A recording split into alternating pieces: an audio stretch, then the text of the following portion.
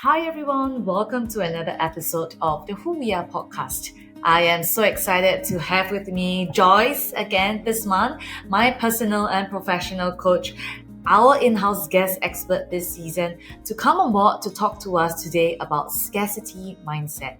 Hi Joyce! Hi, it's so good to be back. Yeah. Joyce, I'm so excited to dive deeper into this topic. And, before we begin, could you give us an overview and explain to us the concept of scarcity mindset and how it impacts our personal and professional lives? So, scarcity mindset can be defined as a pattern of thinking that focuses on what you don't have and the underlying belief that you're never going to have the things that you want, even when you have access to basic needs like food, water, housing, or income. And it's a mindset that tells us that we can never have enough and drives us to strive above all and against all for more and more. And it really can keep us at the effect of whatever we deem to be scarce. So anytime I talk about scarcity mindset, I bring up four main categories that people tend to feel scarcity mindset around. And so the first is money. The second is time. The third is resources, however you define resources in your life. And the fourth is love. So everyone who hears that list is typically like, oh, I have scarcity in at least one of those categories. It's very relatable to understand that you might have some scarcity thinking around at least one of those categories. And that's because the myths of scarcity, the myths and the language of scarcity actually are dominant in every culture, in every country all over the world. And this scarcity mindset can often override logic or evidence of the opposite, but it is such a powerful mindset that it often creates distorted or even irrational attitudes and behaviors, especially when it comes to money, which can be such a tricky topic. And I'm excited to talk more about that today. And that's because in the conversation around scarcity, when we start to buy into this mindset, we begin to judge, to compare, to criticize. And sometimes life, when we're in scarcity mindset, becomes a game of winners and losers, haves and have-nots, people who are better than or less than simply based on how much people have. And in scarcity, we begin to celebrate increasing quantities and excess. We will center ourselves around wanting more and more and the dissatisfaction of not having enough or not having more. And we let money or resources or even having additional time, but we let the idea of having more define us rather than defining ourselves in deeper, more meaningful ways and expressing those qualities of being through our money, time, and resources. What I want to say is the mindset of scarcity, everybody has it. It's very common. It's not wrong or bad. And it's not something we intentionally create or wake up doing, like with an intention to do. It's not like something we're consciously bringing into our lives. It existed way before us and it's going to exist after us. But when we know that scarcity is a lie, and I really want to underscore that point, this idea that scarcity is a lie. Lynn Twist is an author that talks about scarcity mindset. And actually, her book, The Soul of Money, which I have here, talks all about this in greater detail. But she says in this book, this idea that like independent of any actual amount of resources that we have, time, money, resources, love, scarcity mindset is an unexamined and false system of assumptions, opinions, and beliefs from which we view the world as a place in which we're in constant danger of not getting our needs met. And scarcity is so oppressive. It's just as oppressive to rich people as it is people who are living on the margins who can scarcely make ends meet. It affects everyone. And when we live our lives from this lens of deficit, of lack, we get consumed by what happened in the past, what might happen in the future, which scarcity requires. It takes us out of the present moment. And it consumes a huge amount of our mental energy. And so that begins to radically shape the way that we're experiencing life and how we're living in a state of comparison, competition, or threat. And the good news is, with awareness around scarcity, which is why I'm so glad we're talking about it today, we get to decide if we're going to choose whether we're going to buy into this mindset or if we're going to allow it to rule our lives and how destructive that's going to be. What are the three toxic fears of scarcity and how do they manifest in our behaviors and decisions? Yeah, so there are three in this book, The Soul of Money. She talks about three toxic fears of scarcity or toxic myths that almost everyone subscribes to. And we also talk about it in the book, The 15 Commitments of Conscious Leadership. So the first scarcity myth, more is better. It's a belief that never allows us to arrive because we're always in pursuit of something more. And because we believe that no matter what, if we have more of this or that, then our lives are going to be better, which is sometimes true, but not always true. So one of the dangers that we see is like, people might have they might get a house and it's nice. And then they see, there's a bigger house and then they want the bigger house. And then they want a boat and then they want to get the boat and then they want to get the plane. And it's this never ending chase of if I have more space, more square footage, more time, more resources, then my life will be better. And it takes us out of the present moment and in a constant chase to get more. The second toxic myth is that there is not enough. So this generates a fear that drives us to make sure we're not the ones left out if there's a fixed quantity of resources or money or whatever we're deeming is not enough. So one example I like to give of there is not enough and how prevalent this mindset is I used to work in the world of tech. And in the world of tech, there are lots of different departments and divisions inside of a company, and everybody gets allocated a certain number of headcount or people that you can hire. And every department head was so fixated on there's not enough headcount. If I have headcount, I have to hoard it for myself and keep it so I can build my team. And what this did was sometimes it created some competition between teams around who had headcount or resources. And it started to decrease, in some examples, collaboration and generosity between teams, where in everybody hoarding their own resources, they lost sight of maybe what was best for the group as a whole. So instead of donating your headcount to another team that might boost the short-term impact of the company, everybody was too fixated on keeping what was and protecting what was theirs. The third myth is that's just the way it is. And I think many of us might unconsciously subscribe to this one too, because it's a belief that the world is an unfair and unequal place. And that's why it's so dangerous, because if you're not willing to question scarcity myths or scarcity mindset, the more entrenched the culture becomes, and then we can never really shift it. So there are tons of scarcity beliefs that are rooted in every culture. And I'm actually curious to hear if there are any that you can think of. But a scarcity myth in my family that I grew up in was this idea of a starving artist, that if you're a creative person, you'll never succeed or have enough money to provide for yourself, and certainly not a family. And so it was a myth that was baked into my mindset. And I hear a lot of clients having similar struggles where they want to do creative jobs or they want to live in their zone of genius, and they're too afraid to because they actually believe in the myth of the starving artist, and that's just the way it is. If you're a man in this world who needs to support a family, you can't do something creative because that's just the way society works.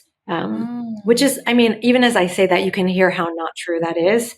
But many of these kinds of societal beliefs get baked into our mindset, and at some point in life, we stop challenging them. In this book, The Soul of Money, the author talks about this idea that her grandmother passed down to her that, you marry for money first and then love comes later. And it was like a cultural belief that was baked into her family around women and their relationship with money that people didn't question for a long time. And so when we know of the myth, that's just the way it is, hopefully it serves as an invitation to look at, okay, what beliefs are baked into my way of being, my mind? They're not good, bad, right, or wrong, but to believe them without question might continue the pattern of living in scarcity, when I think pausing to inquire whether or not some of those beliefs are really true can be a really powerful practice. And, could you elaborate also, Joyce, on the idea of sufficiency and, the idea that, it is not an amount, but an experience? How can we cultivate this experience in our lives? Yeah, that's such a good question, because sufficiency isn't just an amount. It is an experience. It is a context that we generate. It's a declaration of knowing that there is enough if we choose to look at life this way. And most importantly, that we are enough to operate from a place of enoughness in here. So then our relationship with the world can start to be one based on enoughness. So compared to a world of scarcity, when we live in a world of sufficiency, and I really want to underscore sufficiency, not abundance here, because I think a lot of times, and I think in Chinese culture too, or Asian cultures, there's a lot of talk of the word abundance, and everybody might define that in different ways. But what I mean by sufficiency is not necessarily needing excess. It's just having enough. Wow. So when we live in sufficiency, we speak in terms of gratitude, fulfillment, love, trust, compassion, integration, wholeness, integrity, responsibility, and inner riches, the world of inner riches, compared to just fixating on outer riches. We begin to acknowledge what is. We can appreciate inherent value of what's around us. We can envision how to make a difference with what we have. And we celebrate quality over quantity, and we can center ourselves in values like integrity, possibility, and resourcefulness. And then we define how we use our resources and how we use money with our energy, our enoughness, and our intention. I always say, in order to experience scarcity, you need to be outside of this present moment. So you need to be worried about the past or some past you don't want to repeat again. Yeah. Or you need to be fixated on some future and something you're afraid of is going to happen instead of being here in this now moment. When we're in the mindset of sufficiency, we're in the present moment. One thing around sufficiency is some people think, oh, I'll learn about the idea of scarcity and the idea of sufficiency, and like, I'll never have to think about scarcity mindset again, which is not true. Scarcity mindset shows up all the time. It's a lifelong practice of adherence to notice when you're in scarcity and shift into a mindset of sufficiency. And so this is a really simple practice anybody can do. And it's actually in the book, The 15 Commitments of Conscious Leadership, for those of you who want to reference it. Where you can just come back to yourself and ground in the experience of sufficiency, the sufficiency mindset. Wow. Thank you for sharing that, Joyce. I think it's very practical, and we can, easily just pull this resource of the sufficiency meditation up whenever we feel like we are in a scarcity mindset. I also want to ask you, what are the 3 truths of sufficiency, and how do they guide us towards a more abundant mindset? So there are 3 truths of sufficiency that I think really help us to shift from scarcity into sufficiency. And the first is that money is like water. Regardless of the flow, you direct where it goes. The second is that what you appreciate appreciates. And the third is this idea that collaboration creates prosperity. The first is this idea that money is like water, and that regardless of the flow, or even regardless of how much you have, you get to direct where it goes. So when I first heard of this idea, I didn't really understand what that meant. I was like, money's like what? Like, what does that mean really? And how does that put me in sufficiency? And what I learned to understand was that money is a current. It's a conduit of energy and intentions. So this is going to get a little heady, but if we go way back to like what money originally ever was, money is not something, and we hear this all the time, money doesn't grow on trees. It's not a natural thing. It doesn't exist anywhere in nature except for human beings, because we invented it. It's a human construct. And way back in the caveman days, or whenever money came into being, we used it as an energetic exchange. It denoted value between people so that people could support one another, so they could thrive and their communities could thrive. So all money ever was a form of exchanging energy. And first it was shells and rocks, and then it was precious metals, and then it was paper bills, and now it's digital currency or crypto. And what's interesting about money is that we've given it so much power, even though inherently it's something that we invented that has no more power than, a piece of paper in this book. But we've given it so much power. It's become such a controlling force in our lives that we will let money make the biggest decisions of our lives, about our family, about our friendships, about our work, and we'll give our own power and enoughness away to this force, which is just an idea that we came up with. So money is a current. It can carry our intentions, and it can carry different possibilities inside of it, the way water is a carrier. So money can carry positive energy. It can carry possibility. It can carry control, destruction, guilt, and it can be a currency of love, a conduit of commitment, or it can be a carrier of harm and hurt. So like water, we can drown in money's excess, or if we dam it up unnecessarily, we keep it out of circulation, and then it can be actually in the detriment to ourselves and others when it's hoarded. So in that condition of scarcity, money can show up not as a flow, which is what's in it, it's intended to do. It's a flow that moves energy, that moves value. When we hoard it in scarcity, it actually is something we collect and stockpile, and it blocks the flow of energy. And then we start to measure our self-worth by measuring our net worth. And only and always more is better in that kind of mindset. Any drop on the balance sheet starts to begin to be an experience of loss that somehow diminishes us or our value in this world. Second truth of sufficiency is that what we appreciate appreciates. I love this saying so much because in the context of sufficiency, appreciation is a powerful practice for creating new value in the deliberate way we place attention on what we already have. When you appreciate something, it grows in value. And this is so true of like our relationships. When you really value someone, say you're a manager who's valuing your report, or a spouse that's valuing your partner, you'll watch them as, when you place your attention on them in this way and appreciate them, they begin to grow and bloom right before your eyes. And it can be true of a business where if you invest in the people and the culture, that starts to support a sense of belonging and showing up at work to be your best self and appreciation. And then it begins to expand how well that company is doing, the creativity and the success that that company experiences. So we say that appreciation is the beating heart of sufficiency. What you appreciate and the way you direct your attention determines the quality and experience of your life. Wow. And what I want to say is this is not about toxic positivity. It's not about appreciating everything, even when things are hard and you don't really believe it. I'm not saying that at all. It's about authentically and sincerely choosing to see the world with fresh eyes. What can we appreciate instead of an attitude of entitlement? How can we shift to what can we appreciate that's here that we want to learn from, that we can grow from? And having a positive presumption that groups and organizations and communities are full of human aliveness and constructive capabilities. And how can we start to look inward around what we have to access and appreciate what's there? And from there, it will grow with authentic power, utility, and grace. Joyce, how do we navigate the balance between striving for growth and achievement while also embracing the mindset of enough?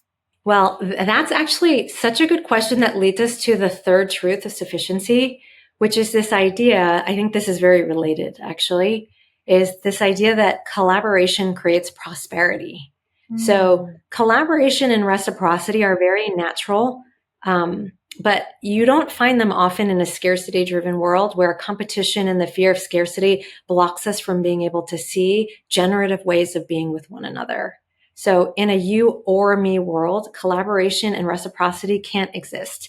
But it's very limiting to individuals, to groups, to businesses, and it's grounded in this lie of scarcity, which undermines our ability for long-term survival and sustainability.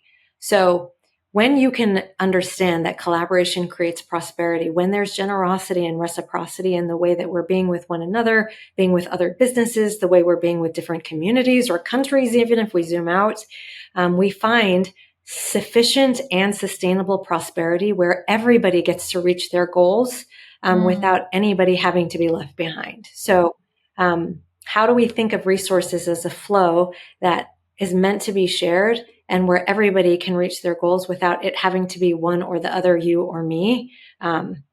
Winners or losers, have or have nots. Like I'm getting my goal and they are not. But how can we start to use collaboration as a way and reciprocity as a way for everyone to grow? And I really believe that business and entrepreneurial energy that are grounded in the principles of sufficiency actually leads to way more longer term growth, because businesses that are rooted in sufficiency or in scarcity, only create financial instability and can prove themselves to be highly unsustainable, even if short-term gains seem highly profitable.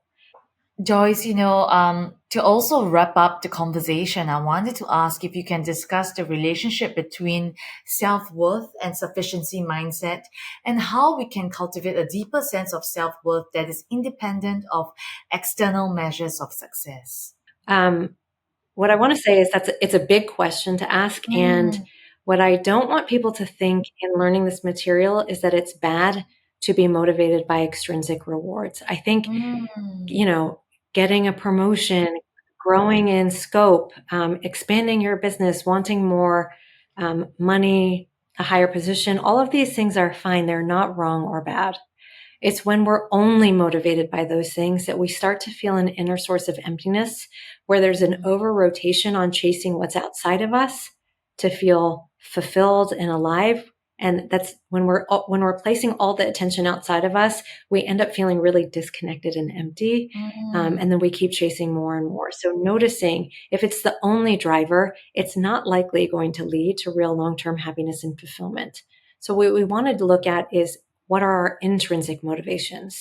What motivates us, like from a place of love, creativity, play, collaboration? What lights us up when we're in our zone of genius and living a life of directionality and purpose?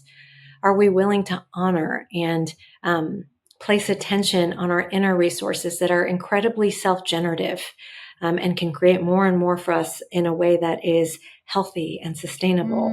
mm, Like this is where I'd invite people to place their attention on. It's not wrong or bad to be motivated by extrinsic things, but notice when that motivation is creating unhappiness, anxiety, too much pressure, when the mm, subscribing to the toxic myths of scarcity are detrimental to your well-being and destructive to the way you're living your life or running your business.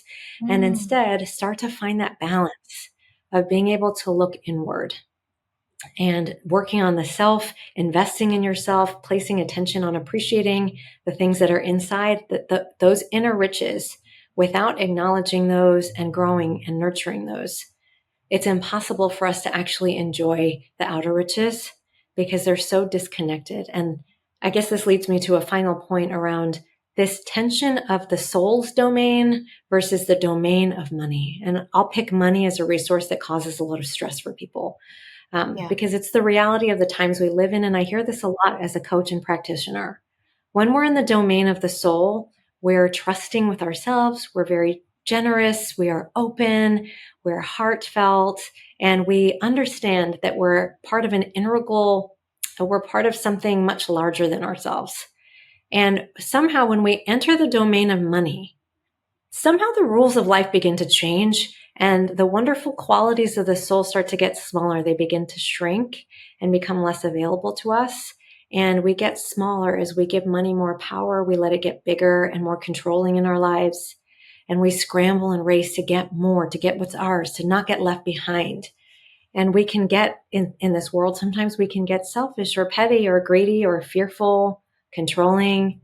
And suddenly, again, we're playing that game of winners and losers, powerful or helpless. And we start to label ourselves by how much we have and like letting the amount of financial wealth or our control over our finances starts to define whether or not we're a good person or a valuable person or a worthy person. And this division between the domain of money and the domain of the soul, I think it prevents us from integrating our inner and outer worlds, the inner riches and the outer riches. It creates a divide and a tension that doesn't allow us to experience wholeness in our lives. So I think in a world that's increasingly more and more revolving around consumption or consumerism or money, it becomes more important to grow our practice and our awareness of deepening our relationship with our soul. What is the inner work that needs attention? And then bring it to bear on our relationship with money, because it's fine to have, to want money or to experience, having things in life that bring you joy. But how Wow. are we deepening our relationship in here and then extending that with everything that's out there? Thank you so much, Joyce. I think this has been a really enlightening episode and also such an important reminder for all of us to appreciate what we have because they would appreciate as well. Do you have any final last words for us when it comes to this topic? My final words are something that was in this book that is just, for anybody that doesn't read it, I'm going to pull it out as something that really moved me when I read it Mm, in this book by Lynn Twist. mm, And she talks about an idea in Buddhism that the mind is a garden that has seeds. And I think it's probably something that many of us have heard before, but the idea that the seeds that you water will grow, And wherever we place our attention, it's like sunshine and water for those seeds. When we place our attention on the seeds of scarcity, if we choose to invest our attention and our time there without conscious awareness, those seeds look like acquisition, they look like accumulation, greed, competition. Scarcity is what will grow in our lives, and it will begin to fill the space in our life and the world. But if we choose to tend the seeds of sufficiency, which hopefully in hearing this podcast, we're all feeling an invitation to do, then we grow those seeds of sufficiency. We can use our attention, we can use our resources, our energy and money like water to nourish those seeds with soulful purpose. And then we get to enjoy a more bountiful harvest in the way that we're living our lives and experiencing our lives.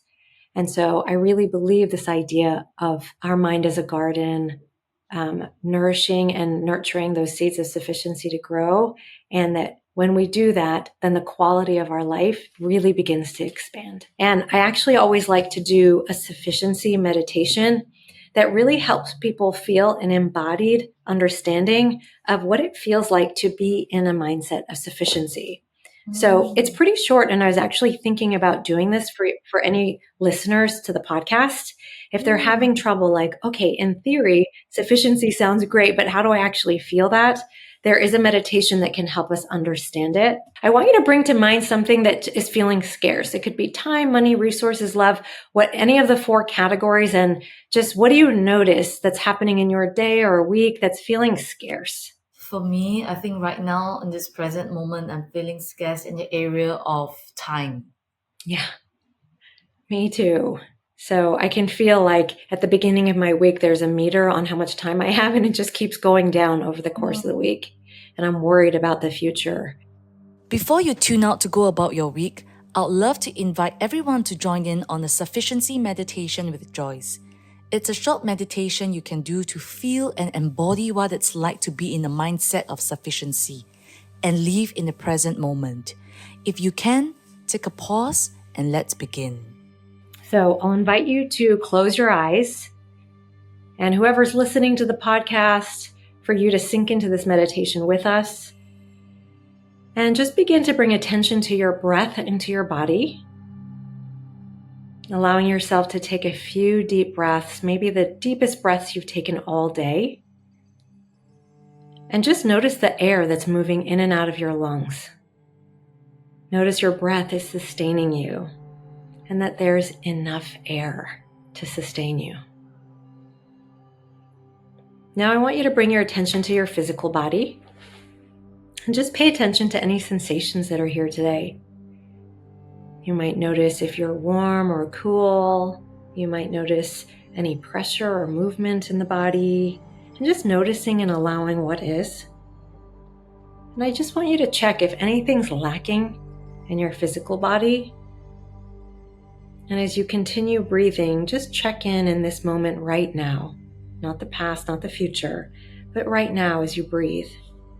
Can you notice the wholeness of your physicality?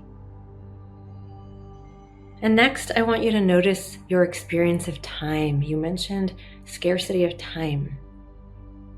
I want you to pretend there's no past or no future. There's just right now, actually. As you breathe in and out, all there is the present moment. And that's because the past is behind you and the future is ahead of you. And if you were to imagine pushing the wall of the past away from you, pushing the wall of the future away from you, creating space just to breathe in this present moment. Now, what's your relationship with time? Notice the edges of time beginning to blur as now refreshes itself with each moment. There's always now. And if you check in, just see if it feels like there's enough time now. As you continue breathing, I want you to bring to your mind anything else that's been feeling scarce, anything you don't think you have enough of.